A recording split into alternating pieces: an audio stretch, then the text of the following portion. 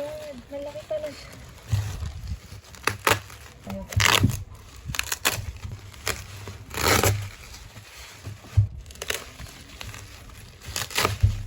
Oh my God. Wow! Oh my gosh, malaki pala siya. Oh my gosh! As you can see, meron pang external na box yung mismong set na parang jacket niya, and nakalagay doon yung mga techniques na kaya mong gawin with the set and yung details ng brand, kung saan siya ginawa, which is in Korea. Upon opening the set, meron pang details yung likod ng mismong takip. Nandun yung mga names ng colors. If you want to see yung names, you can pause the video. Ayan, nandyan lahat yung 36 colors. And meron siyang ibang name na nasa ibang language. Hindi ko alam kung ano. It also came with a brochure with the same details nung nasa jacket box. Tapos, nandito rin yung mga shades na available doon sa buong sets nila. Ito yung gusto ko. Pero masyado na itong mahal. Kahit ito siguro. Yung 72.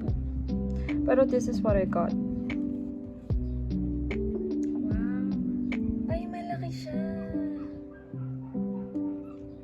It's big.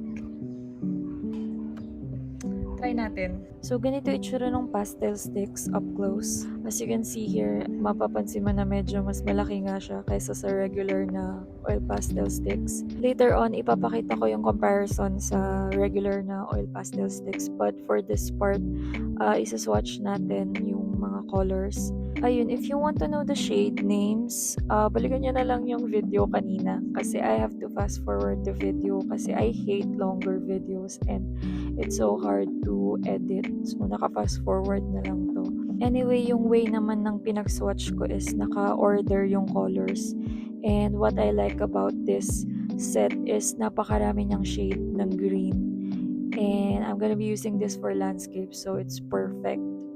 Ayan, meron din siyang mangilan-ngilan na blue for skies, but I can work it out. And the last color is black. Now, let's go to the comparison, yung sinabi ko kanina. I have here the Pentel oil pastel sets, and as you can see, size-wise, mas malaki talaga si Mangyo. And kapag i-glide mo yung sticks, si Pentel, mas flaky siya compared kay Mangyo na very, very smooth niyang i-glide. To fully test the quality, of course, nag-drawing din ako. And eto siya. Ayan, nung una, hindi ko alam kung paano ko siya i-workout kasi I've been using regular, yung mga cheap and affordable na oil pastels. So, nung una, pinapakiramdaman ko kung paano yung tamang approach, paano yung tamang technique ng pagli-layers kasi sobrang smooth nung Mangyo oil pastels. And I mean, it's a soft oil pastels compared to the regular oil pastels na hard yung sticks niya. So, it's harder to glide. This one, sobrang ganda niyang mag-blend. So, but you can see, I tried so hard na sagipin yung nauna kong technique dun sa clouds.